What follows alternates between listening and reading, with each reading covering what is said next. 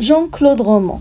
الدكتور جون كلود غومون 39 عام، مزوج، عنده 2 ديال الدراري. ما كانش هي دكتور عادي ومتفوق، ولكن كان دكتور باحث في المنظمة العالمية للصحة. كان من النبلاء ديال الفيلاج فين كان ساكن، ولكن كان متواضع، ماشي من النوع اللي عجبو راسو كيبين المكانة ديالو.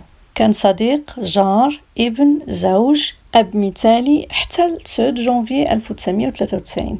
قتل مرتو، ولدو، بنتو، مو باه، مجزرة بدم بارد. الناس اللي دايرين بيه وكيعرفوه تصدموا في هذا السيد وما فهموا والو. الصدمه ديالو ما غاديش توقف غير هنايا، لان الجريمه ديال اليوم ماشي قصه واحد قتل عائلته، ولكن كبر وكثر من هذا الشيء. بقاو معايا حتى الاخر وتبعوا معايا الحلقه ديال اليوم من قناه الجريمه باش نعرفوا القصه ديال الدكتور الباحث جون كلود غومون.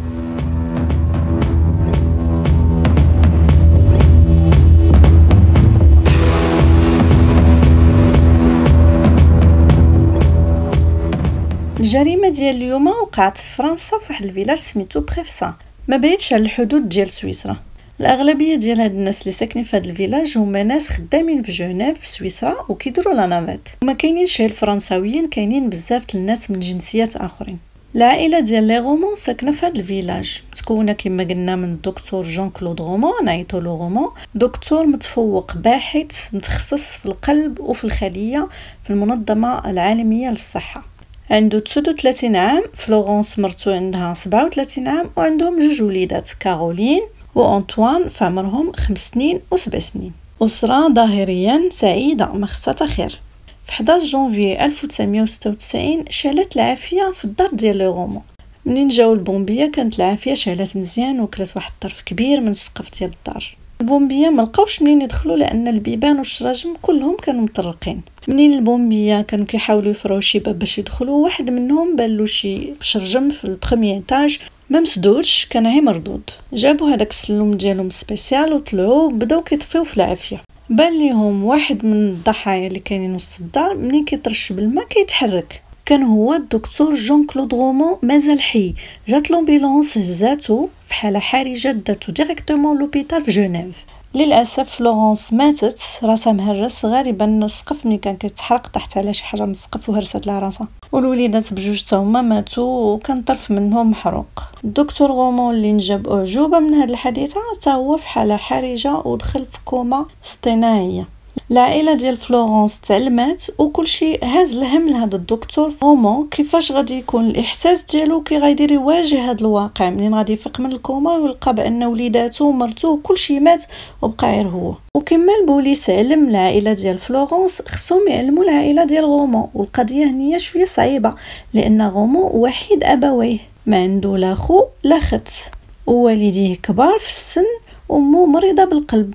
كي غايدير هاد البوليس يدخل عندهم ويقول لهم العائله ديال ولدك كلها ماتت وولدكم الوحيد راه في حاله حرجه.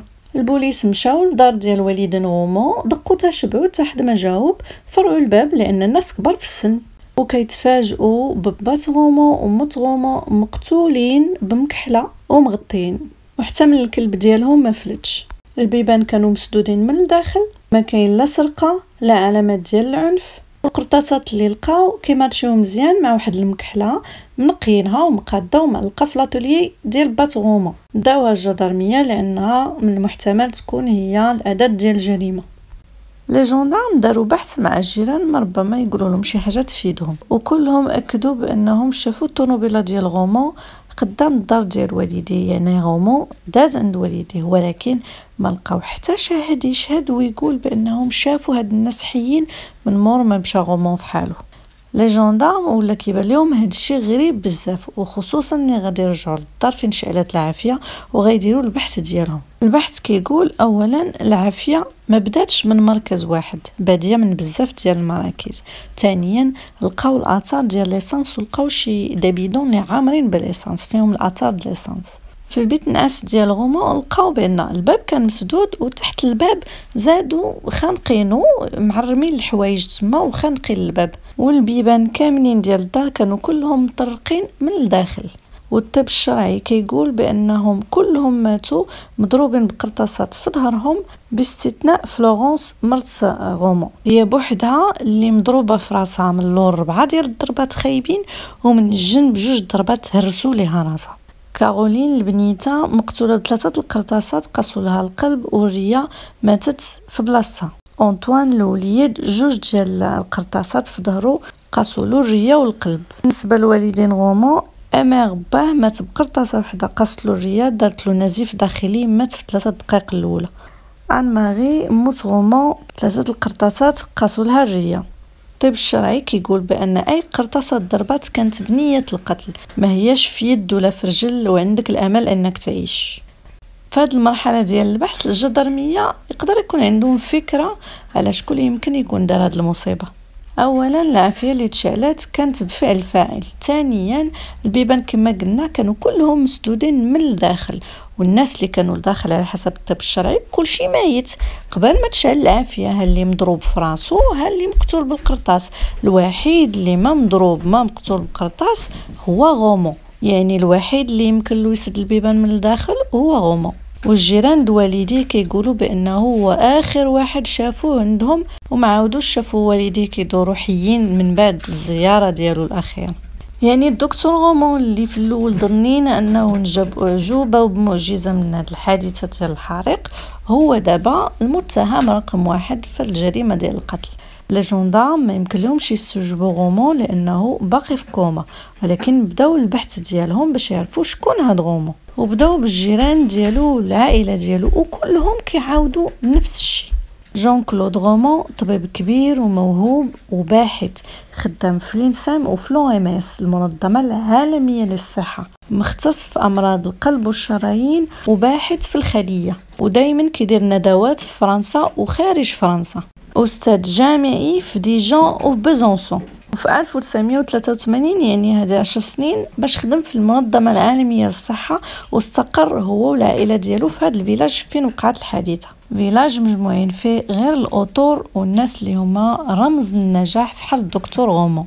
كلشي كيقول عليه بأنه إنسان مخلق ومؤدب وخصوصا متواضع، ماشي شي حد اللي عجبو راسو كيفوح بداكشي اللي عنده، كيبين المكانة اللي عنده والعلم اللي عنده. بالنسبه للكوبل غومون فلورانس كوبل متحد ومتفاهم، هما ولاد العم ريحه الشحمه في الشاقور، كان كيبغيها مني كان صغير وكانوا كيقراو مع بعضياتهم، هي كانت دايره الصيدله وهو كان داير الطب. تزوجوا في 1980 ووالديها ما كانت قادهم فرحه. فلورانس ما كانش خدامه لان غومون كان موفر لها كل شيء، وهي كرسات وقتها لوليداتها، ما كانت حاطه يديها في حتى حاجه، لا المصروف ديال الحياه اليوميه ولا السفر ولا اي حاجه، كلشي مكلف به غومون. لو ماري بارفي، الزوج الكامل وكامل بلا قياس بالي.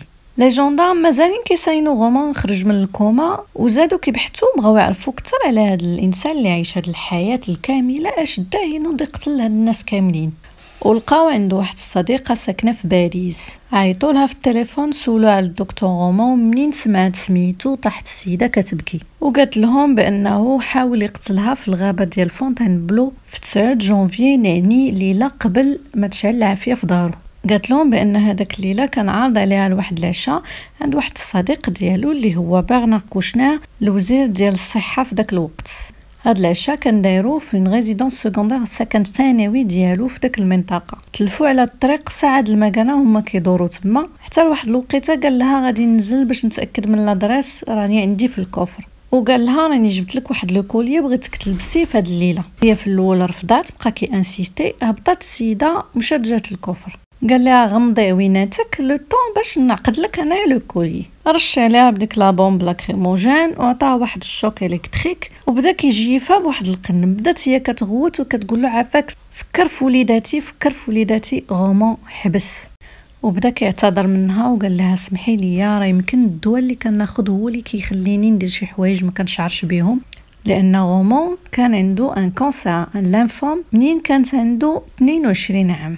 داروا مناقص من داك العشاء وعاودوا شدوا الطريق باش يحطها في دارها في باغي، والطريق كامله هو كيعتذر وقال لها ما تقولي حتى حاجه لان هادشي يمكن له يقيس الخدمه ديالي عافاك. حتى قدام باب دارها ومن بعد 4 ساعات بدا كيعيط لها بغى يرجع يشوفها، وهي ما بغاتش تحلو الباب. غومون شد الطريق ورجع في حالو لدارو. الشهاده ديال هاد السيده زاد اكدت لي جوندارم بان غومون عنده يد كبيره في هاد المجزره اللي وقعت. غومون فاق من الكوما وجا الوقت باش يستجوبوه. النهار الاول قال لهم بان شي حد لابس كلشي كحل دخل عليهم وقتل عائلته وشعل فيهم العافيه. ومنين قالوا له داكشي اللي وقع لوالديه دار راسو تفاجئ والخبار جديد عليه. نهار الثاني لي جوندارم بقاو معاه شويه بشويه. هو ماشي واحد الانسان اللي كان تلقائي ملي كيسولو شي سؤال كيجاوبهم ديك الساعه، كياخذ وقته عاد كيجاوب، وكان بارد عديم الاحساس والمشاعر. شويه بشويه غومون نهار انهيار ماشي ديال المشاعر بقى كيبكي ولا لا، غير نهار بدا كيعاود لهم الحقيقه.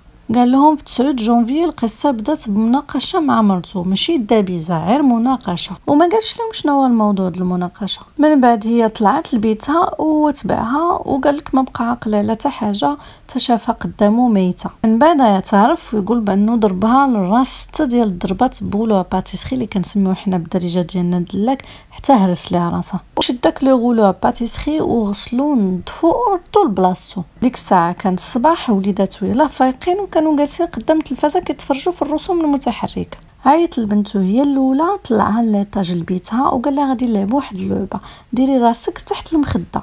دارت مسكينه راسها تحت المخده وتيرا فيها قتلها، ودار نفس الشيء لولدو. غومون قتل وليداتو ومرتو وعاش الايام اللي موراها كان شيئا لم يكن، تيتصرف عادي، لدرجه ان واحد السيده عيطات في التليفون كتسول على مرتو، كيهضر معها بهدوء وقال لها ما كايناش، تم بعد ومنين غادي تجي راه غادي تعاود تعيط لك. وخرج للفيلاج شرا الجورنال، والناس اللي كروازاو هذاك النهار كيقولوا بانه كان عادي كيف ديما، كيف ما كيتلاقاو في الايام الاخرى. من بعد غومون عيط لوالديه وقال لهم بانه غادي يدوز باش يتغدى معاهم.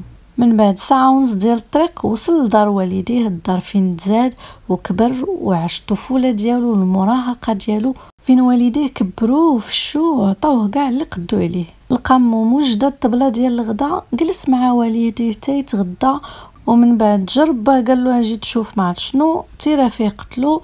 وعيط لمو ليطاج قال لها اجي تشوفي حق راه عندك هنايا شوف اش كيقطر. جات مسكينه تحنات هكا كتشوف، تيرا فيها قتلها. خير القرطاسات تيراهم في الكلب، حيدو تا هو من الطريق. نقى ديك المكحله وعلقها في لاطريه ديال با كما كانت. ومن دار والديه عيط بالتليفون للصديقه ديالو باريس باش ياكد على العشاء ديال داك النهار. قصبت الطريق لباريس مع الجوج ووصلت مع 8 وتلقى السيده اللي في باريس، وتتما راكم كتعرفوها حاول يقتلها في الغابه. من بعد قبض الطريق من باريس باش يمشي لدارو، الليل كامل هو صايق، وصل مع 9 ديال الصباح.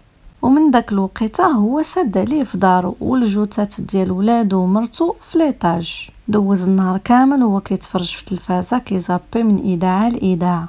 في 10 ديال الليل كب ليسانس في الدار كامله، شرب شي دواء مع 4 ديال الصباح وشعل العافيه. الاخصائيين النفسيين كانوا منبهرين من انعدام الاحساس عند هذا السيد، كان كالم ومرتاح وكيتجاوب معاهم بحال اللي حتى حاجه ما واقع. كيعاود لهم حياته، المسيره المهنيه ديالو، النجاحات ديالو، الاختراعات ديالو، على محل كيعاود لهم الصوره ديال الدكتور الناجح والاب المثالي اللي عائلته كامله كتعرف، وجيرانه والمحيط ديالو، واللي ما عندها حتى علاقه بالواقع الحقيقي ديال هذا السيد، واللي الجدرميه عرفوه من النهار الاول، النهار اللي وقع فيه الحريق. فهداك البحث الروتيني ديالهم، لان غومون خدمته كلها في جنيف، عيطوا للبوليس ديال سويسرا وسولوهم على الدكتور جون كلود غومون خدام في لو MS. البوليس ديال سويسرا رد عليهم وقال لهم لا وجود لهذا السيد في اي بلاصه في سويسرا. والحقيقه هو ان غومون ما هو لا دكتور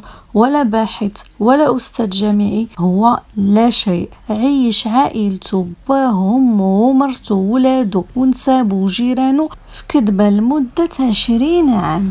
20 عام وهاد الناس ما عاقوش به. على اي الجدرميه منين توصلوا بالجواب ديال البوليس ديال سويسرا كملوا البحث ديالهم وعيطوا للهيئه الوطنيه للاطباء، لان كل مهنه كيكون عندها هيئه. المهندسين المعماريين عندهم هيئه، المهندسين الطوبوغرافيين عندهم هيئه، اطباء عندهم هيئه. وباش تزاول المهنه ديال الطب خصك تكون مسجل معاهم. منين عيطوا سولوا قالوا لهم ما كاينش عندنا هذا السيد. الجدرميه قالوا نمشيو اسيدي اليوم فين قرا غومون وخدا الدبلوم ديالو ديال الطب، ولقاوه مازال مسجل في الدوزيام اني ميديسين، السنه الثانيه من الطب. 12 عام هو مازال مسجل في الدوزاماني ميديسين، دايما غايب وعرام ديال الشهاده الطبيه كتحت باش يبرر الغياب ديالو. دبلوم د الميديسين، منظمه الصحه العالميه للبحث، استاذ جامعي، ندوات عالميه. هادشي كله كذوب. الجدرميه في الاستجواب ديالهم ما بقاوش كيفرقوا واش كيقولوا هاد السيد الصح ولا كيكذب. الاخصائيين النفسيين كيقولوا بانه الا كان كذب في شي حوايج باش يغطي على شي حوايج في حياته، راه كان كيكذب شي كذوب من اجل النشوه. مثلا قال لهم شي نهار بان عضو شي حنش وبانه داوا راسو لانه دار شي بحث على سم الافاعي. دابا السؤال اللي كيطرح نفسه، الا كان غومون لا شيء، ما خدام ما ردام، كي كان كيدير باش يعيش في داك المستوى اللي كان عايش به؟ لان البلاصه فين كان ساكن ما كانش سهله، مرتو ما خداماش وكان كيخسر في الشهر ما بين 45,000 فرنك فرنسي و 67,000. منين كان كيجيب الفلوس هاد السيد؟ والجواب غادي تعطي لهم الصديقه ديالو اللي في باريس. قالت لهم في 1991 عطات الغومون 900,000 فرنك فرنسي مقسمه على 3 دفعات، 300,000 300,000 300,000، لان غومون طلق اشاعه كيقول بان حط فلوسه عند مستثمرين في سويسرا كيجيب لهم ارباح ما بين 18% حتى 20%. غومون ما خداش من هاد السيده، خداتها من العائله ديال مرتو. ما عند خوتها كل واحد 15,000 فرنك، وما عند باها البريم اللي عطاوه في التقاعد ديالو كلها 400,000 فرنك فرنسي. ومنين مات بات فلورنس لان خوتها كلهم ساكنين بعاد، شكون تكلف ليهم بالبيعه والشريه ديال لا ريزيدونس سكوندير دباهم؟ غومون.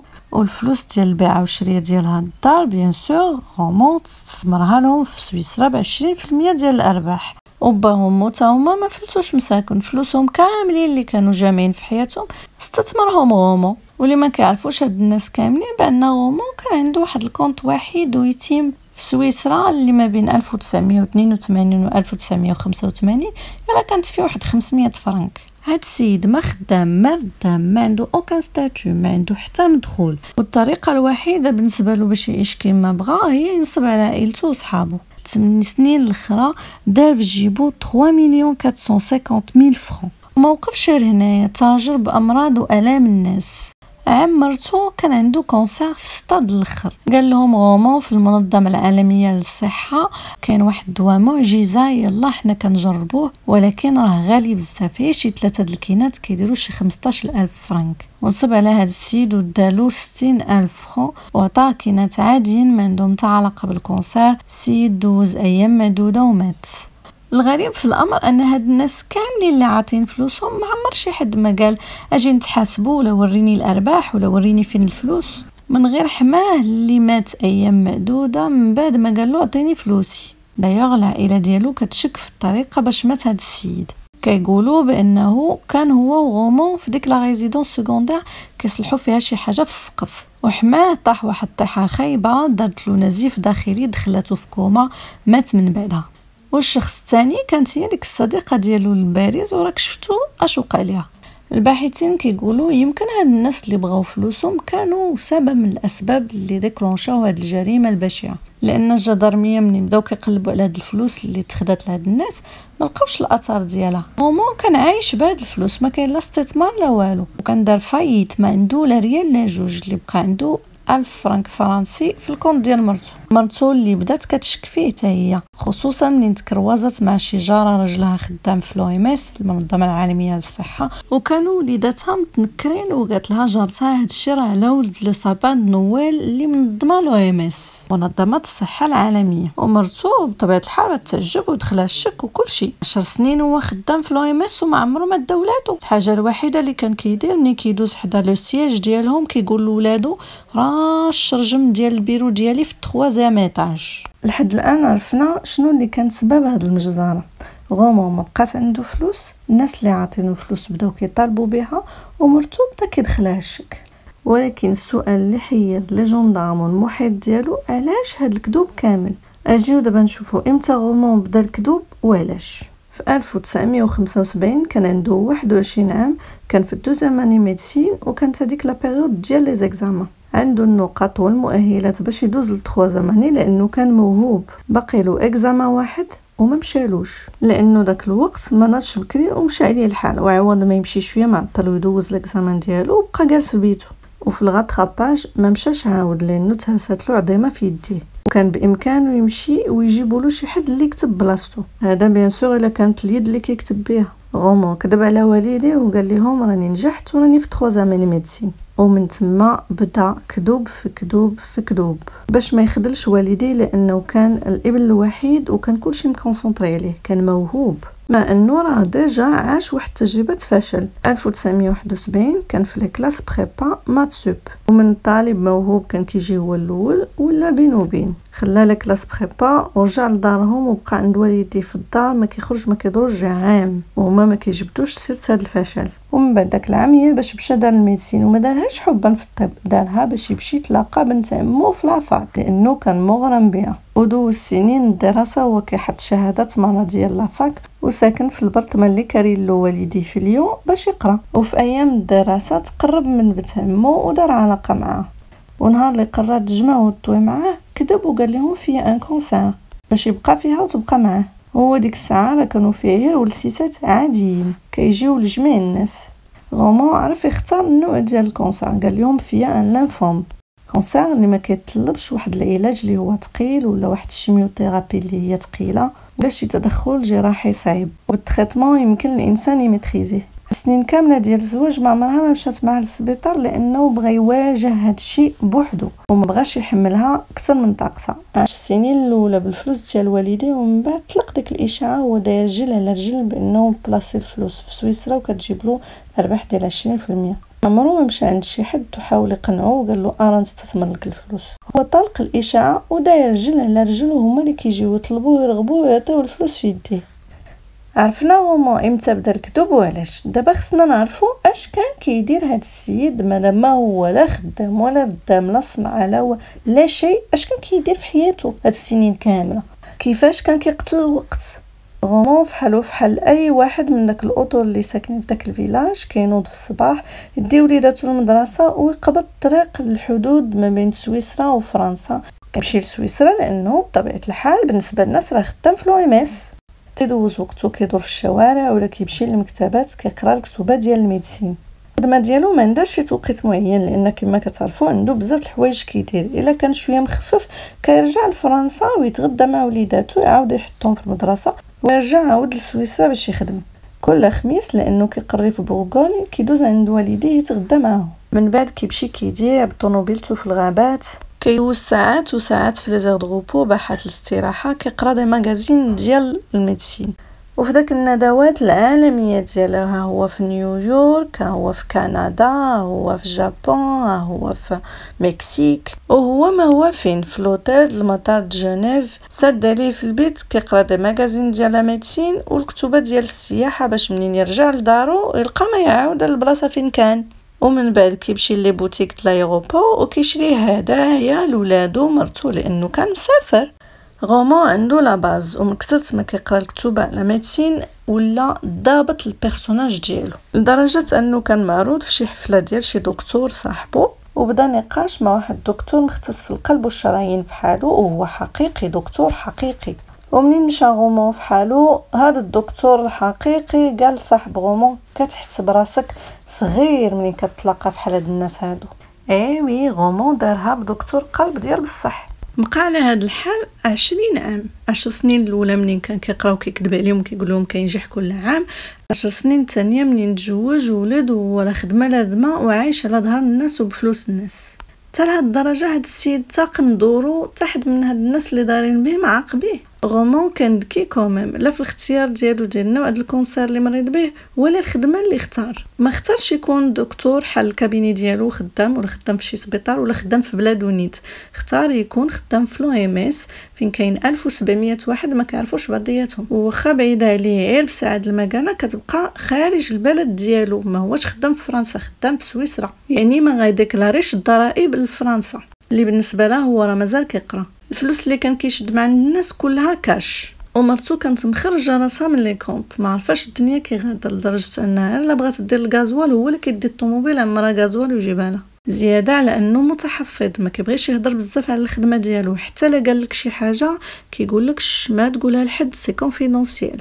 غومون خلق راسو واحد الشخصيه اللي بز منك تثق فيه وتعطيه فلوس. زياده على انه كان مطبز وعنده ملامح طفوليه في وجهه كيخلي الناس يرتاحوا له.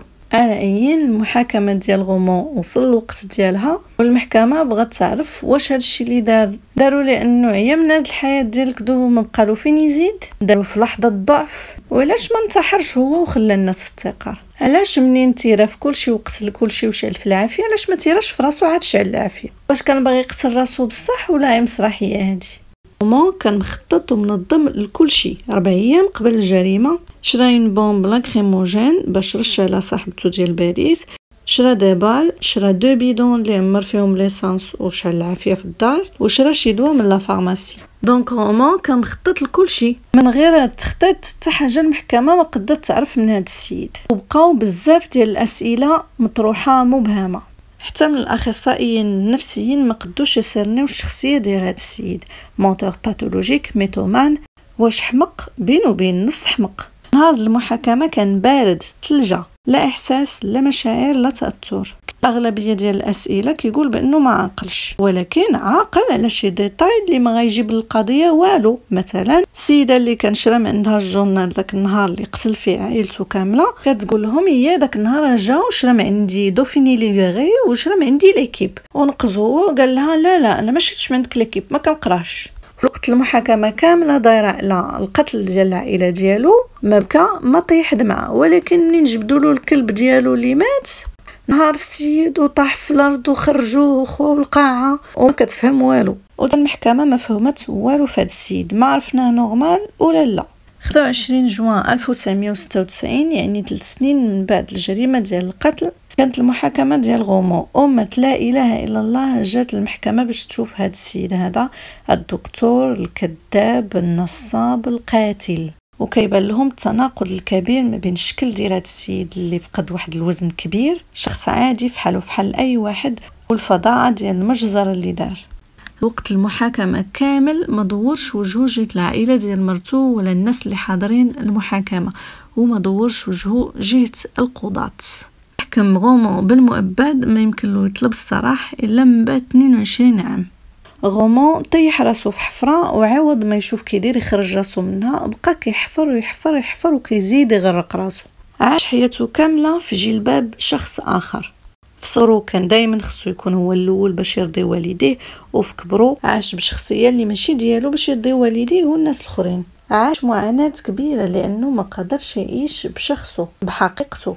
غومون ما انتحرش وخلى الناس في الثقه، قتل الناس اللي دايرين به دايما يبقى بالنسبه لهم الدكتور الموهوب الباحث. والغريب في الامر ولا من الصدف ان غومون كان موهوب، وفاك ديالو جاب 16/20 في الفلسفه. والامتحان كان الموضوع ديالو هو الحقيقه هل لها وجود. كان شي في الامتحان، وفي الحياه الواقعيه ديال غومون هاد الحقيقه ما كانتش موجوده لمده 20 عام، ولكن في الاخر توجدت بزمنه. كانت هذه الحلقه ديال اليوم من قناه الجريمه، نتمنى تكونوا تونسوا معايا اليوم، ونتلاقاكم الحلقه الجايه ان شاء الله من قناه الجريمه.